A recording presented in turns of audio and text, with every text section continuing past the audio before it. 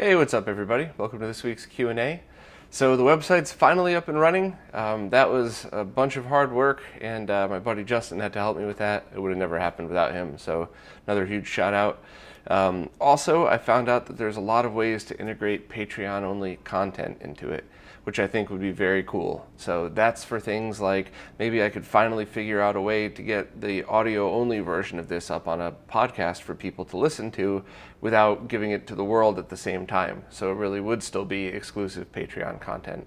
So I need a little bit more time, but I think all that stuff's going to fall into place right away.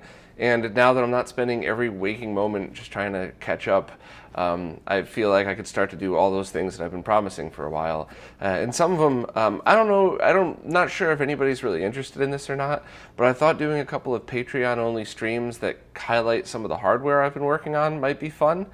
Maybe not. I don't know. Let me know down below. I always like to hear what everybody has to say about these things. And as always, I just want to give back to all the amazing Patreons because I can't do any of this without you guys. So thank you very much. Also, the podcast part is still broken. I still have to figure out how to do that transfer because every guide that I saw and everything that I tried did not work at all. So I'm not sure if the audio-only podcast will be back in time for next week's podcast, but I'm getting there. Anyway, let's jump into the Q&As. First, Mark Pitos asked, do I know of any HDMI or RGB devices that can rotate the image for things like arcade PCBs that are vertically oriented, which I believe is called Tate? I know I'm pronouncing that wrong. One of these days I'll get it right. I really do try. I know I screw up pronunciations all the time, but it's not because I'm mocking the pronunciations. I'm really just mocking my inability to say these things. The truth is, I don't remember off the top of my head any device that does that. I think something like a DVD box might be able to. You might want to try the Arcade Projects forums for that, or Smoke Monster's Patreon, because I think a lot of those guys deal with that on a regular basis.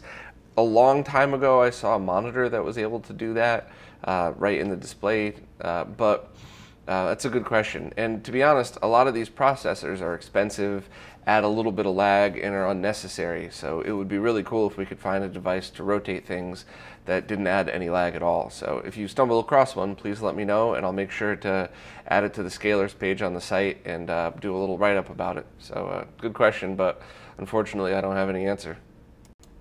David Hernandez asked a question that I agree with 100%, and you're going to hate my answer. He asked, he said he's really interested in the scene, but it's not easy for new people. Even if you want to get the products like Ultra HDMI or the HD Retrovision cables, most of the products are sold out. What is the best way to actually get these things? And can I add a trusted modder list to the site? So there's a few points that you made that I want to address because I'm equally bothered by all these things.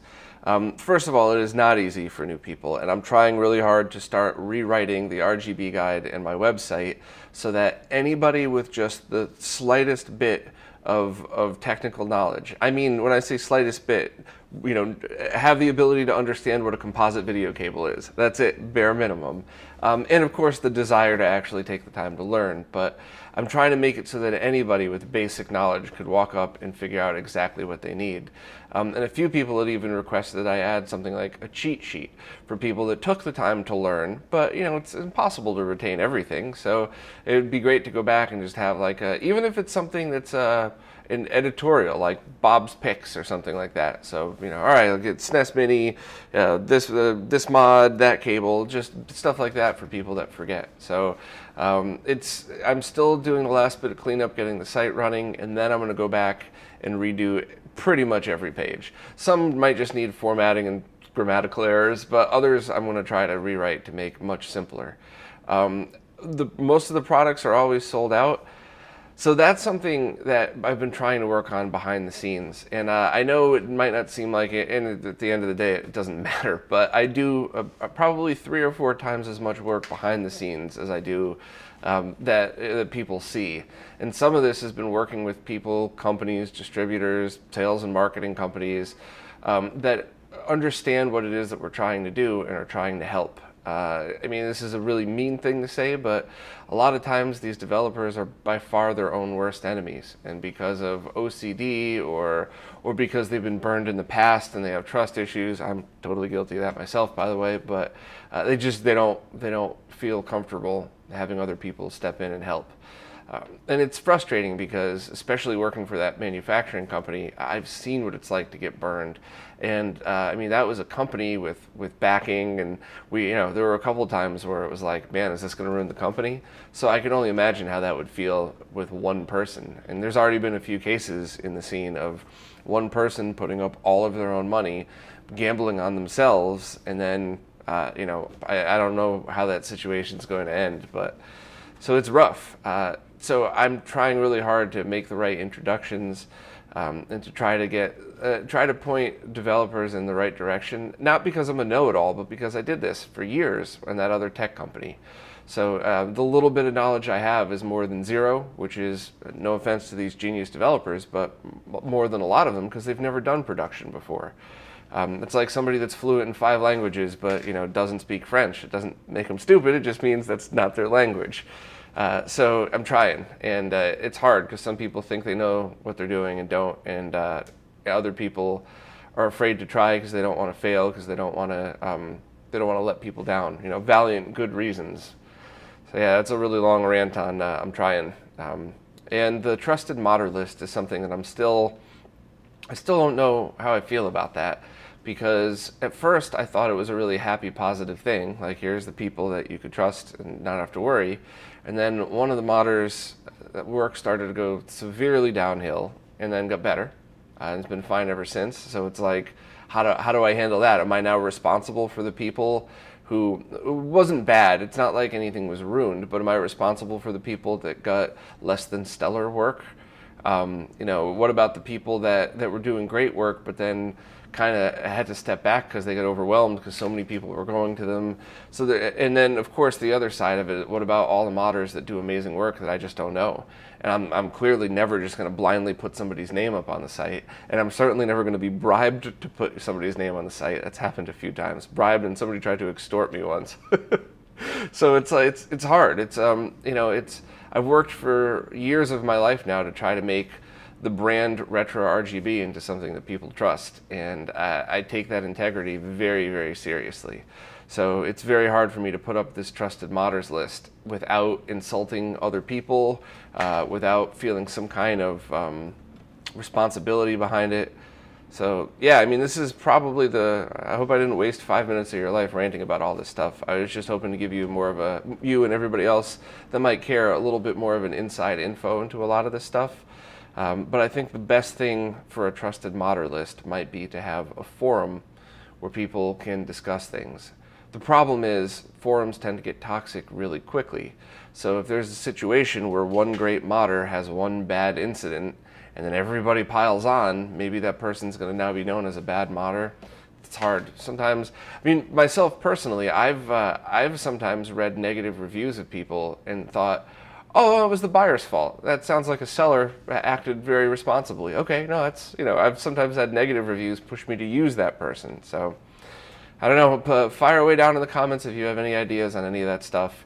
And I'm really trying to get all of this into place, but it takes time and it takes a bunch of people agreeing on things, which is, in the history of humankind, never been an easy thing. Jordan Chaston has a Geo AES, and he was wondering which is the right ROM cart for him. So at the moment, Darksofts isn't out, and there's no solid target date. It should be soon, but I mean, in the private hobby space, soon could be a month or a year. I don't really know, but so at the moment, your only option is the Neo SD. And regardless of what I think of Alex, the liar that caused all that trouble with all of those different people, it's still a great ROM cart. I don't have any complaints. And even on the other side of that, a lot of people complain about how long the loading time is, and that genuinely never bothered me. I could understand if, like, you're all excited and fired up and your friends are over and it's like, yeah, let's play this new game, and then you got to wait 90 seconds. I get how that could take the air out of your balloon, but it never bothered me because there's no lag in the game. The only thing, it would be like if you're in the middle of a game and it had to reload, that would be the only thing that bothered me. And once a game's in Flash, it stays in Flash. So let's say you're playing Neo Turf Master and a couple rounds of arcade golf, you turn it off, you turn it back on the next day, you want to play that same game, it's instant loading as if it was just like most of the other Crix carts. So there's zero complaints about it. The Darksoft cart, there's supposedly still some features getting added, and one of the things that I hope he's going to add to the AES is a similar basic menu style. Because at the moment, the MVS, the arcade version, you load a few games into memory, and then you select between those, and then every time you power on the console, it has to reload those into memory. And for single load setups, it's really not the most easy and intuitive.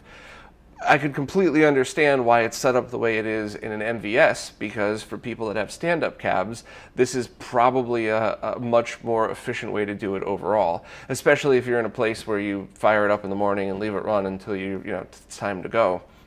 But I think, and please don't quote me on this, I think he might be working on a direct load type of thing, just like a standard ROM cart would be. So other than that, he's teased other features, but there's no solid info. So if you're really just looking for a cart right now, today, that you could start using, I have zero problem with the Neo SD. I think it worked great for me. And especially if you're somebody that likes to play the same game over and over, having that in memory is a big help. My only personal suggestion is that you buy it from Stone Age Gamer. The link is right on my site, because that way you just skip Terra Onion altogether. And it's the same price, so you don't have to waste any money. And also, depending on where you are in the world, not only might it not arrive sooner, but you don't have to do like wire transfers or something. So it was a really long way of saying totally on board with the Neo SD. It's a great ROM cart. I'm happy I owned mine. I will be buying the Darksoft AES because I had to sell everything last year, just when shit happened. But just because I want to try the other one now. It's not like I'm on one team or the other. I owned one for months, loved it. Now I want to own the other one and then give a final opinion on what I prefer to be better.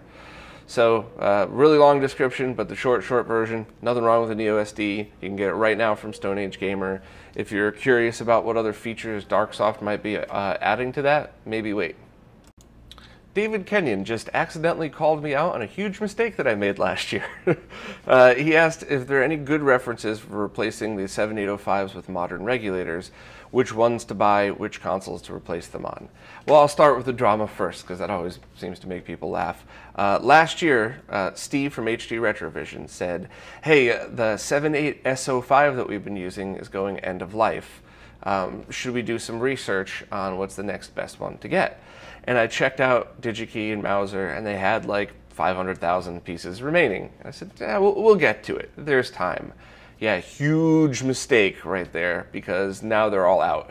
So there's a different version of the 7805 that's a little bit thinner that should still be okay, but I have to look it up and put some temperature probes on and double check.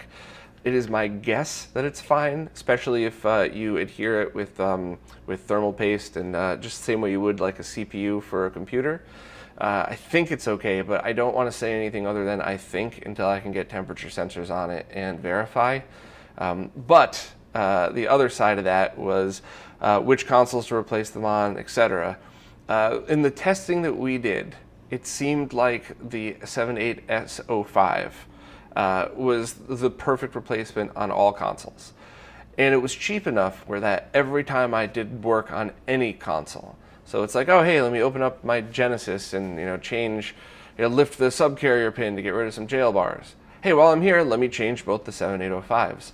And for me, it's always the same thing. I take it out, I use alcohol to clean the heat sinks as best as I can. I always applied thermal paste on Genesis anyway, because those consoles got hot, the Genesis ones, and I would put those in, and I never had an issue.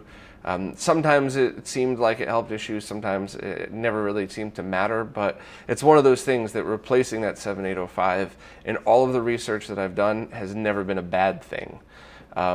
So I would just say that maybe on the ones that I would go out of my way to replace it on would be like a SNES if you're having the white line issue, or I think some of the PC Engines, and certainly the Atari 2600. Any of those consoles, I would probably open it up and replace it right away anyway, just because it's old equipment that need replacing. But other than that, my rule of thumb would be anytime I opened up a console to do anything else, I would make sure it had the newer 7.8 SO5. And I will try to fix my screw up, do some temperature testing, and verify that the continued version of the 7.8 SO5 is just as good as the one it discontinued. It should be on paper, everything looks the same, but I don't like to make recommendations without testing. So great question, and hopefully I could have just a part number that I could put up on the site. And I would just, any modder, I would add that to your list of things to just do. I mean, it's like $1 or something. So I doubt most of your customers would be upset for adding $1 cost, knowing that, it's like changing the oil in your car or something. Just never a bad thing. Chris Syme was asking where to get the Flux that Dan and I talked about in his interview, and I'm not really sure where Dan got the gallon from, but and I'm not really sure if that's where that distributes to, because there's certain rules for shipping overseas. I believe you're in Australia, so I'm not sure what the Australian distribution might be, but I know on eBay there's a whole bunch of people that probably bought that gallon and then put it into smaller containers. And maybe even not so smaller containers sometimes. So if you were just looking for some to do your hobby projects with, maybe try that.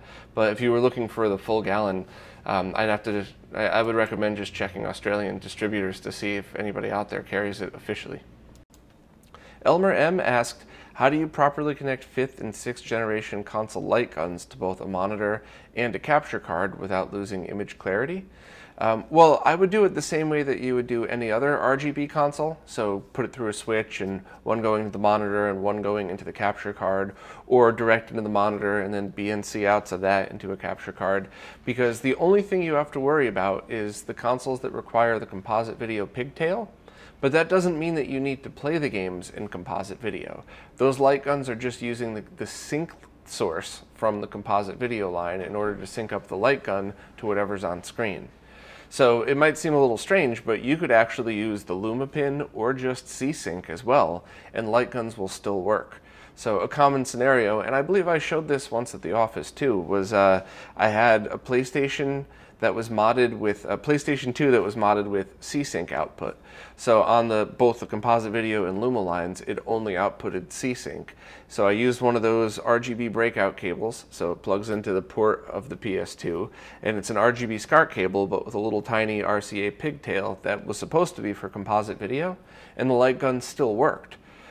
So basically treat your setup exactly the way that you normally would, but for guns that require composite video, you just have to hook that into the gun, not into your TV.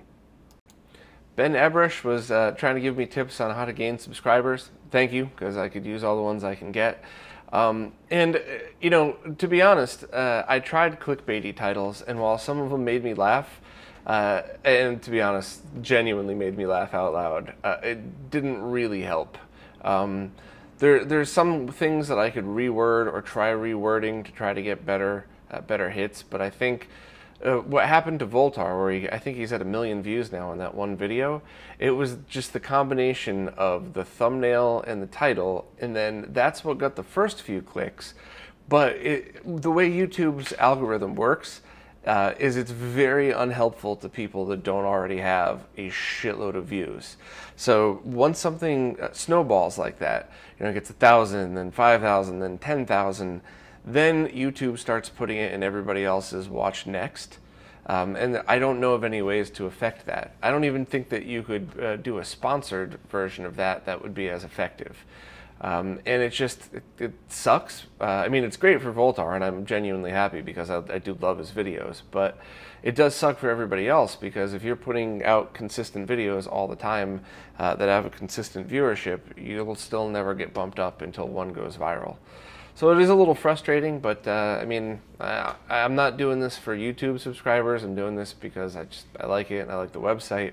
But I do appreciate it. And as far as your other suggestions go, once everything kind of falls into place and I'm back to a routine, not just waking up and scrambling to get as much catch-up done as I can, then I am going to go back. I really want to do my own version of a series on how to get the best out of your consoles, and quick cheat guides too. So I think I'll put out a video that goes into great detail on things, and then maybe a few weeks later I'll just do a quick roundup video. I don't know how you want to call it, but I do think a few quick reference videos might help. But I also want to do my own version of how to get the best out of your consoles and why. Because while there's some good videos out there, I don't think everybody hit all the right points. And I do think the way I word things fits better with a certain crowd than others. Because I tend to be more nerd leaning. So when other people explain things, your average person, your average gamer would go, great. But your average nerd goes, but that doesn't make sense. What about this? What about that? And I cover the middle ground without getting too technical. So I think there's enough room in this space for all of us to do our own version of it. But it's something that I want to do. I don't care if it gets 2 views. I want to be able to use it as a reference for whenever I talk about these things. Because that's another thing that's hard too, is when people say, well, you know, tell me how to get the best. People that are genuinely interested that might not have known about any of this, you know, I tell them to go to the guide on the website, but some people prefer videos. So that's all part of the plan. But anybody that has any suggestions like that, a few people have talked to me about using YouTube partner services. But I'm always really sketchy about those. That's from my history in the music world, right? Everybody's trying to take a cut of something and then give you nothing in return. So I'm pretty sketchy about all those. But any tips anybody has, please keep them coming. John Foster had 2 questions. First, he wants to know if my go-to capture card is still the DataPath Vision E1S. And yeah, absolutely. Although, for whatever reason, I've been having issue capturing 5x with it lately. I don't really understand why, and I think it's with a few different cards as well. Meaning, like, you know, I have a few of these DataPath cards. So it's not just with this one. I tried a different one, and I also have the E2S, which is the exact same thing, but it has 2 of these Altera chips on it and 2 DVI inputs. But they're more than double the price. So if you have a tower that could fit 2 slots, it's way cheaper to get 2 of those than to get the E2S. I got it for a long list of boring nerd reasons. But yeah, I really like it. I'd like to find out why 5x capturing doesn't work as well as it did before. I'm sure it's my setting or my config or something like that. And you asked about how do I capture audio? At the moment, because the things that I'm doing don't require high-end audio, I'm still concentrating on video stuff. When I'm just doing basic streaming or just doing any of the video captures, I have an analog output going into the 3.5mm jack of my the built-in motherboard audio input, which is very noisy. So I have my OSSC going into an HDMI switch. The output of that switch goes to a splitter. One of the splitter goes to my capture card, the other goes to my TV, but that splitter also breaks out audio. So the left and right audio are coming out of that, going all the way around, you know, you can see kind of back there, going all the way around the bottom of the room and then into the capture card. So it's noisy. I do have, well, it's kind of buried now, but I do have a higher end audio capture device for analog, and Firebrand X recommended a SPDIF Toastlink optical audio USB-based device for people that want to capture it that way. So if I ever get into audio tests or want to do not just a fun stream, but if I ever wanted to do a real playthrough, I would either use my higher-end analog audio equipment or I would just use the optical capture from it. And your last question is a setup with BNC to RCA adapters with decently shielded cables any worse than straight up BNC cables? So if you're using high quality stuff, it's the same, but you have to remember that you need really good quality shielded RCA cables. So HD Retrovision was selling theirs for a while, which is basically their same cable, but both ends have RCA on them. So if you used those, and the good quality BNC adapters. I actually have them right here. But these suckers are really expensive. They're a few dollars each. So if you were to use those, then yeah, it would be exactly the same. But at the end of the day, it might be way less expensive just to get BNC cables. The only time that it would definitely be better is if you need things that are short and specific lengths that you can't find with BNC. But all good questions. My buddy Chris from Belgium had a few questions, and I'm going to answer these out of order. So he wants to know if there's a good SCART to VGA style connector with RCA breakouts, and he said he would want one to include a sync stripper. If that's the case, I would just get a sync strike right now, because it's exactly what you would need. It does everything. It's easily available, and it's been proven. It's been out there for a long time, for years now. But unless you absolutely needed a sync stripper, I would just get a pass-through one. But the other part of that is there absolutely is no pass-through adapter that's readily available. You can't just go to eBay or Amazon and buy one. You would have to make your own. So you could use, I think I still have it laying around here, but you could use no, I guess I don't. But you could use the SCART to BNC adapters that were out there and then just use BNC to VGA cables. And that's a pretty easy way to do it. Or you could just make your own. There was a couple times I bought good quality VGA cables, cut it in the middle, and then put 2 SCART ends on them.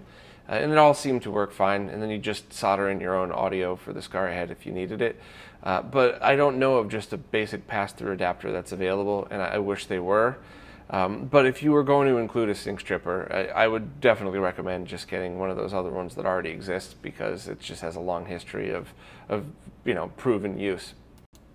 Matt Hanola asked, do I know which series of TCL TVs are recommended? No. And the other problem is, with large runs of production like this, because they make thousands and thousands of these things, it's hard to keep track of which is which, and if there's one revision that's better than the other. But so far, everybody that I know that's tested them said that all of them are pretty good. You can get their Signature series, which, while it's not going to perform like an OLED, it's as high a quality as you can get for that price, and some people even say for double the price, which is pretty cool. And if you want their cheaper versions, I've tested a few of the 2017 models, and they were less than a frame of lag. So I'm also going to test the 2018 model. I haven't gotten mine yet. I'm going to as soon as I figure out which size I need, either 43 or 49. But as soon as I get it in, I mean, other than plugging it into the wall, the first thing that I'm going to do is pull over one of my RGB monitors and then do a lag test on it with a high-speed camera. That way you could see for yourselves what the lag of it is. But then I could only guarantee that size, and then, then my exact model, and then hope that they're all like that. So it's tricky with flat screens, but hopefully I'll have some more solid data for you soon. Paul Ramos asked if there's an RSS feed that I have for the news portion of the new website. Said he would like to follow it using Feedly. No, but that's a great idea. Do you know how to set one of those up? And in fact, do you know how to fix the RSS feeds and set up for my podcast as well? Because I'm still kind of stuck with that. But if I don't have that done within 2 weeks, could you please remind me again? Because it's a great idea. And some people were suggesting that I turn my Retro RGB Twitter account into a news-only account and then have my own, so that I could, every time I post something, I tweet. Other people were suggesting RSS feeds, and I don't know what the right thing to do, because I want, there's definitely too much. I don't want to go overboard. So any suggestions everybody has, please keep them coming, and we'll figure out what's the best. Scralings asked if Tim's RGB mod for the 2600 is still the best out there. Yeah, absolutely. And on top of that, I've seen generic composite and S-video kits for it, which, there's nothing wrong with those kits, but they take the existing output, add a mini circuit to it, and then spit out composite or S-video, whereas Tim's kit takes the digital output of the chip and then converts that to composite, S-video, and RGB. So the S-video from Tim's kit even looked better than the S-video from the other kit. So yeah, absolutely. If you're into 2600s and you want to use original hardware, that's what I'd recommend. Fabio Leporelli asked if I like to sell my retro stuff on eBay or through forums. And I'm not really sure why, but I haven't really tried selling through forums. I think I'm just used to selling through eBay, and you get a worldwide audience. But I've you know, in my grumpy old man state here, I've gotten a passionate hatred for eBay and some of the people you come across. That story I told on the roundtable a couple months ago was 100% true. Somebody tried to scam me out of an amp recently, and when I politely said, you know, I'm not liking how this is going, I don't think you should buy it, he started going back and forth and then threatened to sue me for insinuating that he's a scammer. So I really do have all of these emails of people harassing me and threatening to sue me for not selling them an amp. No money was exchanged. Transaction wasn't done on eBay. That's actually why I refused to meet him, because I wanted to finish the transaction on eBay first so that there's a record of what was going on before I met this person in person. Otherwise, where's the proof that we agreed on anything? So you get a lot of scammers like that, and it's really annoying when you call them out and then they flip out. So it's really your preference. When you sell on forums, you generally have people that are, especially if they're people that regularly post on forums, they're people you've gotten to know and have reputations. So like if you go on Shmups and you buy something from somebody that you've seen posting there all the time and sell stuff and then nobody's complained, at least you know it's going to be a fair and safe transaction. But you don't hit as many people as you normally would. I guess now that I think about it, maybe for specialty items, forums might be the better place to go anyway, but I think I'm still a little sour about a lot of the bad eBay stuff that's gone down in the past year, especially when I had to sell a bunch of stuff, and I had a lot of people, you know, saying big letters in the, you know, no returns, all sales are final. Please make sure this is what you want. And I had a few people open up cases against me because they bought it and said they changed their mind. Everything was shipped, you know, shipped great, packaging's fine, works exactly as advertised, changed my mind. And it's just, there's so many things that you have to battle with eBay. So good luck selling anything that you have. And I really hope you don't run into any of the massive issues I had last year while selling stuff. But hey, I mean, post down in the chat if you have stuff that you want to sell. Maybe somebody here would want it. You know, don't turn it into a sale thread, but maybe post down below and say, you know, here's the top 5 things I have for sale. Anybody interested? And lastly, Pabst Oben asked about controller repair kits for PC engine pads. You know, he pulled it all apart and did all the cleaning to it, but the membranes are still pretty worn down.